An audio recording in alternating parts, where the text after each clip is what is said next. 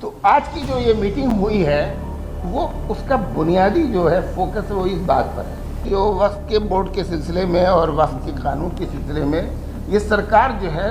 अंधाधुंध आंखों में धूल झोंक रही है। ये हिंदू मुस्लिम का सवाल नहीं है, बल्कि ये हमारे दस्तूर के बुनियादी जो उसकी रूह है, उसकी जो वैल्यूज हैं, उसके उनका सवाल है। कर रहे हैं ना, ये सवाल आपको होम मिनिस्टर से करना चाहिए, देश के होम मिनिस्टर से सवाल करना चाहिए, क्यों मुर्शिदाबाद जल रहा है। मुसलमान को, इसके लिए भी मुसलमान को रिस्पॉन्सिबल बना देंगे आप। अगर मैंने भी कब्जा कर रखा है, जैसा कि आप लोग कह रहे हैं, आपके कुछ साथी बंधु लोग कह रहे हैं कि इनको इसलिए तकलीफ हो रही है, तो मैं पूछता हूँ, मुझे सजा का पात्र होना चाहिए या सजा से बेनियाज कर देना चाहिए? सजा मिलनी चाहिए ना मुझे, तो सजा का प्रोविजन तो आपने खत्म कर दिया।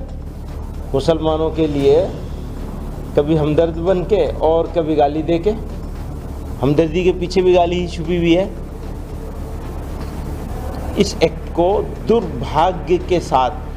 दुर्भावना के साथ, अपने आप तो कब्जा करने वालों को फायदा पहुंचा रहे हैं, बिल्डरों को फायदा पहुंचाना चाह रहे हैं कि जो प्राइम लोकेशन की लैंड्स हैं वो बिल्डर्स को मिल जाए। The Jamiat Ulama-i-Hind, one of India's prominent Muslim organizations, convened a significant meeting of its working committee on 13th April 2025 at Madni Hall in New Delhi, where it took a firm stand against the Waqf Amendment Act 2025, labeling it unconstitutional and a symbol of majoritarian dominance.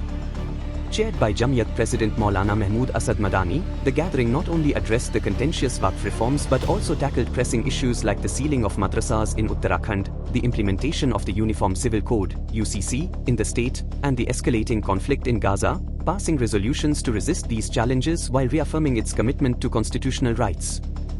The Waqf Amendment Act 2025, which seeks to reform the management of Waqf properties dedicated under Islamic law for religious or charitable purposes, emerged as the centerpiece of the discussions, drawing sharp criticism for its perceived violation of constitutional provisions like Articles 14, 15, 21, 25, 26, 29, and 300-, which enshrine equality, non-discrimination, and religious freedom.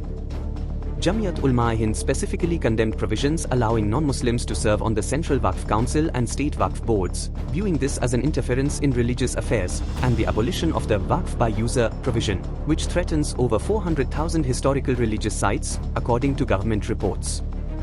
This law is not just a legal issue but a matter of justice and principle, Maulana Madani declared, adding that the act seeks to establish majoritarian dominance and must be withdrawn immediately to protect India's constitutional framework, a concern that seamlessly ties into the organization's broader anxieties about minority rights in other spheres.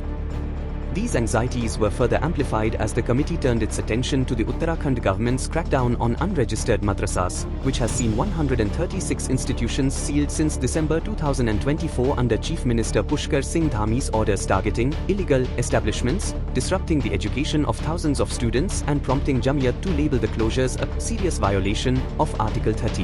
which guarantees minorities the right to administer educational institutions. The impact on students has been profound, with cases like a madrasa in Vikasnagar, Dehradun, sealed on 2nd March 2025, leaving students like Murid without access to both religious and formal education, despite efforts by the Uttarakhand Commission for Protection of Child Rights to enroll affected students in government schools by 31st March 2025. Jamiat warned the state government to reverse the closures and restore the madrasas, threatening legal action if demands are unmet, a stance that reflects its growing concern over policies eroding religious freedoms, particularly as it sigged into its critique of another state policy, the Uniform Civil Code.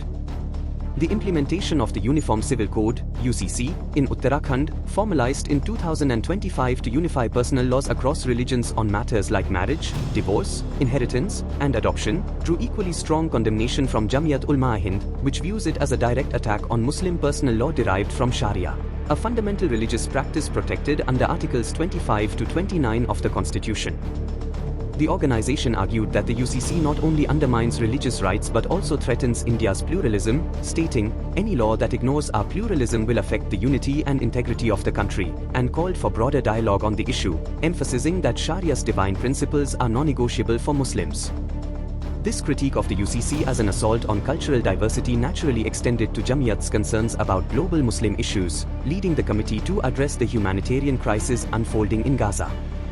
On the international front, Jamiat Ulama-i-Hind condemned Israel's actions in Gaza as crimes against humanity, referencing the escalating violence in March 2025, where the collapse of a ceasefire between Israel and Hamas led to deadly airstrikes targeting health workers and hospitals, resulting in hundreds of casualties, including children, according to UN reports.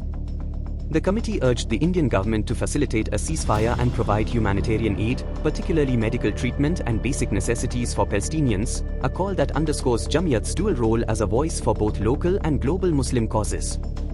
This international focus complemented the organization's domestic agenda, which also included internal updates like extending its membership campaign, originally set to end on 1st April 2025 to 31st July 2025, with local, district, and state-level elections scheduled between August and September 2025.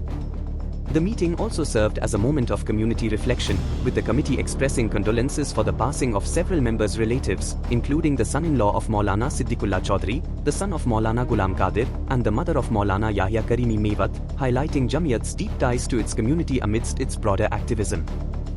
These resolutions and actions collectively underscore Jamiat Ulama-i-Hind's ongoing struggle to protect the rights of India's Muslim community, framing the Waqf Amendment Act, madrasa closures, and UCC as interconnected policies that threaten constitutional guarantees of equality and religious freedom, while its call for action on Gaza reflects a commitment to global solidarity.